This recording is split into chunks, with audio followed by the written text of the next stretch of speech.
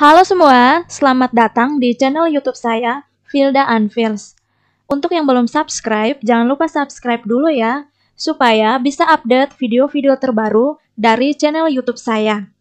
Pada video pembelajaran kali ini, kita akan belajar materi kimia kelas 10 tentang hukum dasar kimia. Perhatikan komposisi dari susu yang terdapat pada bungkusannya. Dapat kita lihat bahwa susu terdiri atas berbagai vitamin, lemak, protein, kalsium, natrium, kalium, dan senyawa lainnya. Dengan mengetahui komposisi suatu produk, secara tidak langsung kita telah mempelajari hukum dasar kimia. Hukum dasar kimia dapat digunakan untuk menghitung jumlah zat yang menyusun suatu produk. Hukum dasar kimia sangat penting dipelajari sebagai dasar dalam mempelajari ilmu kimia secara keseluruhan. Dengan memahami hukum dasar kimia, kita akan mampu membuktikan hukum kekekalan massa, hukum perbandingan tetap, hukum perbandingan berganda, dan hukum perbandingan volume. Selain kemampuan di atas, kita juga akan memiliki kemampuan dalam menentukan besarnya mol, jumlah partikel, massa, volume, rumus empiris, dan rumus kimia dari suatu zat. Yang pertama, hukum Lavoisier atau hukum kekekalan massa.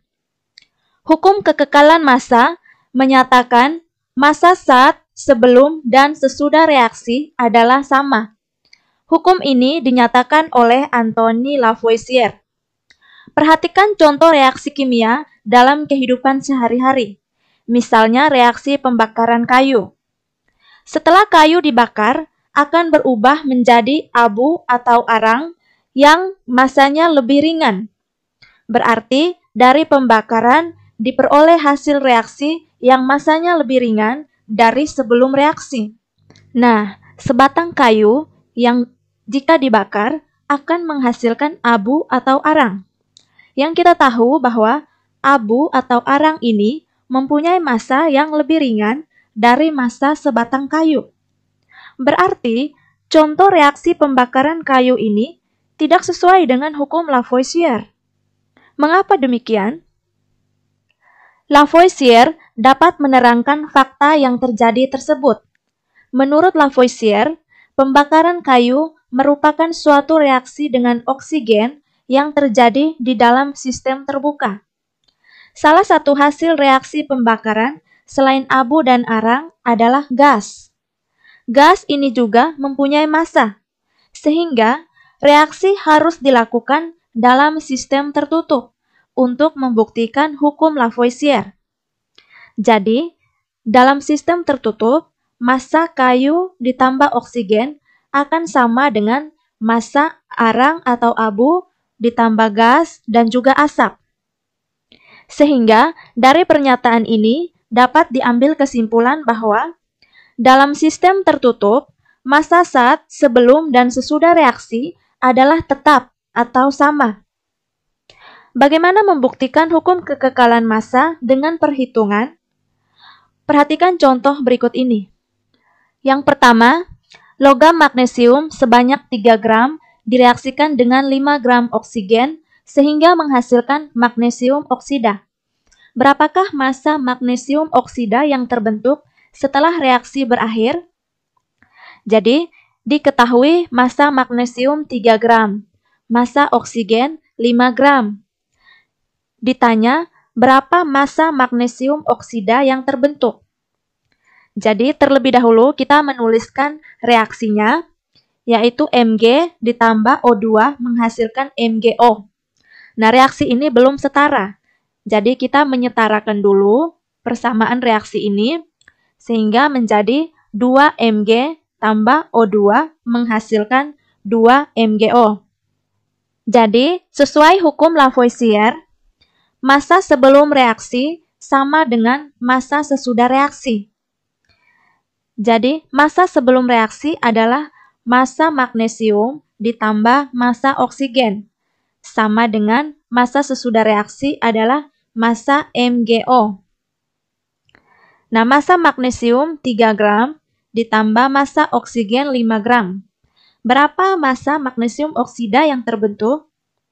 Jadi, karena massa sebelum reaksi sama dengan massa sesudah reaksi, sehingga massa sebelum reaksinya 3 ditambah 5, 8, sehingga massa sesudah reaksinya juga adalah 8 gram. Jadi, dua-duanya harus sama, karena sesuai hukum Lavoisier, massa sebelum reaksi sama dengan massa sesudah reaksi. Contoh yang kedua, kawat tembaga dibakar dalam pembakaran Bunsen sehingga terbentuk tembaga oksida. Reaksinya 2Cu tambah O2 menghasilkan 2CuO. Jika berat Cu semula 32 gram dan CuO yang terbentuk 40 gram, berapa berat O2 yang bereaksi? Jadi yang ditanya berat oksigen. Nah, sesuai hukum kekekalan massa, bahwa dalam reaksi kimia tidak terjadi perubahan massa, yang artinya dalam suatu reaksi kimia, massa saat sebelum reaksi sama dengan massa saat sesudah reaksi. Jadi, dari soal ini, massa sebelum reaksi yaitu massa Cu ditambah massa O2 sama dengan massa sesudah reaksi yaitu massa CuO. Massa Cu adalah 32 gram, massa CuO 40 gram, ditanya massa O2. Jadi massa O2 sama dengan massa CuO dikurangi massa Cu. 40 gram dikurangi 32 gram sama dengan 8 gram. Jadi bisa kita lihat massa sebelum reaksinya menjadi 32 tambah 8 sama dengan 40. Massa sesudah reaksi juga 40 gram. Nah, ini yang dinamakan hukum kekekalan massa atau hukum Lavoisier. Massa sebelum reaksi sama dengan massa sesudah reaksi. Yang kedua, hukum Proust atau hukum perbandingan tetap. Pada tahun 1799, Joseph Louis Proust menyelidiki berbagai macam unsur. Dari hasil penyelidikan tersebut, ia mengemukakan hukum perbandingan tetap yang berbunyi, perbandingan massa unsur-unsur penyusun suatu senyawa adalah tetap. Suatu senyawa murni, massa relatif unsur penyusunnya selalu sama, dengan mengabaikan di mana terdapatnya dan bagaimana terbentuknya. Contoh, senyawa air H2O. Perbandingan massa hidrogen dan oksigen dalam air adalah 1:8. Ini tidak memandang di mana dan bagaimana air itu dijadikan. Perhatikan data percobaan pembentukan air berikut ini. Jika direaksikan 1 gram hidrogen dengan 8 gram oksigen, maka tidak ada sisa pereaksi. Dan perbandingan massa hidrogen berbanding oksigen adalah 1 gram berbanding 8 gram sama dengan 1:8. Jika direaksikan 1 gram hidrogen dengan 10 gram oksigen, maka ada sisa pereaksinya 2 gram oksigen. Karena perbandingan hidrogen dan oksigen adalah 1:8. Karena di sini 10, maka tersisa 2 gram oksigen. Perbandingan massa hidrogen dan oksigennya adalah 1 gram berbanding 8 gram sama dengan 1:8. Nah, jika 2 gram hidrogen direaksikan dengan 16 gram oksigen, maka tidak ada yang tersisa. Dan perbandingan massanya 2 gram berbanding 16 gram sama dengan 1:8. Nah, ini sesuai dengan kelipatannya. 1:8, kelipatannya 2:16. Sehingga tidak ada sisa pereaksi. Nah, jika direaksikan 16 gram hidrogen dan 16 gram oksigen, maka ada sisa pereaksi 14 gram hidrogen. Karena sesuai kelipatannya 1:8, kelipatannya 2:16.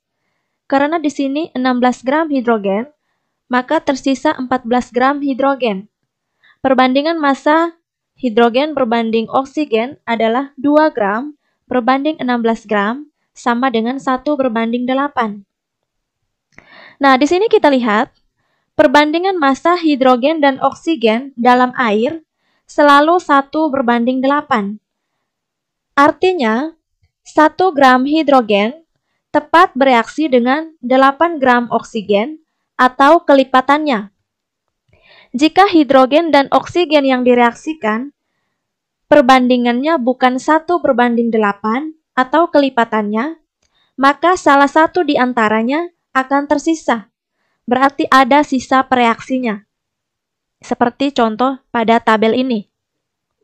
Contoh lain selain air H2O, yaitu yang pertama, C ditambah O2 menghasilkan CO2. Perbandingan tetapnya adalah 3:8:11. Nah, jika direaksikan 6 karbon dan 8 oksigen, maka di sini akan tersisa 3 gram karbon.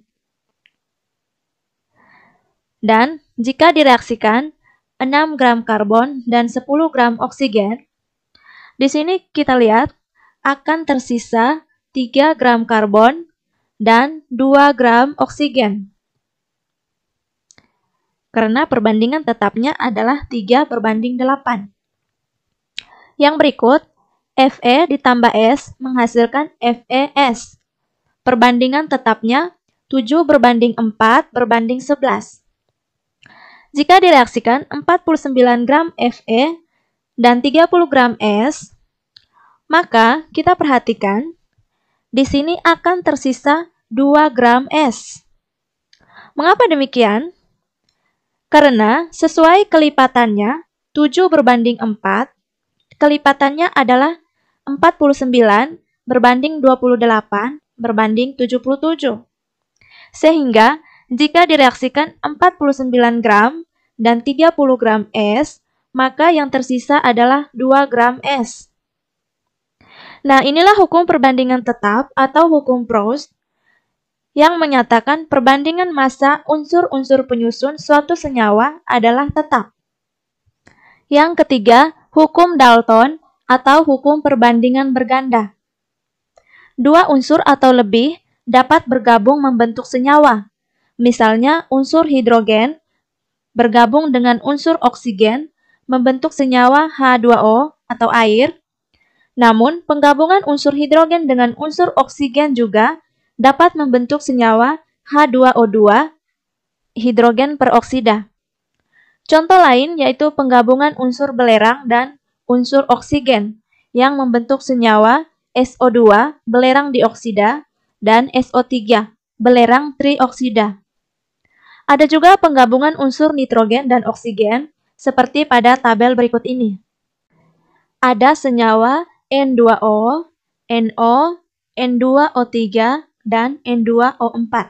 Nah, dari tabel ini dapat dilihat bahwa massa N, massa nitrogen, dibuat tetap sebanyak 5 gram. Sehingga perbandingan massa oksigen dalam N2O, NO, N2O3, dan N2O4 itu sama dengan 3:6:9:12. Sama dengan 1:2:3:4.